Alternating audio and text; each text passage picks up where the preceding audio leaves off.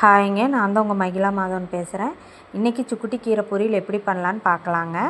அதுக்காக நான் சுக்குட்டி கீரை சுத்தம் பண்ணி பொடியாக நறுக்கி வச்சுருக்கேன். சின்ன வெங்காயமும் வரமிளகாவும் பொடியாக நறுக்கியிருக்கேங்க. இப்போ 2 ஸ்பூன் எண்ணெய் ஊற்றி கடுகு போட்டுக்கலாங்க. கடுகு வெடித்ததும் இந்த வெங்காயமும் வரமிளகாவும் போட்டு நல்லா வணக்கிக்கலாங்க. இது கூட கடலப்பருப்பு போட்டு செய்வாங்க. நான் அது போடலைங்க. அது போடாமல் தான் நான் செய்கிறேன்.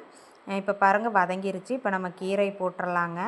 இது அல்சருக்கு, வாய்ப்புண்ணுக்கெல்லாம் ரொம்ப நல்லதுங்க. கீரை போட்டு நம்ம கொஞ்சம் கொஞ்சமாக தண்ணி தெளித்து கொஞ்சம் சிம்மில் வச்சு தாங்க வேக வச்சுக்கணும். அப்புறம் தேவையான அளவு உப்பு போட்டுக்கலாங்க.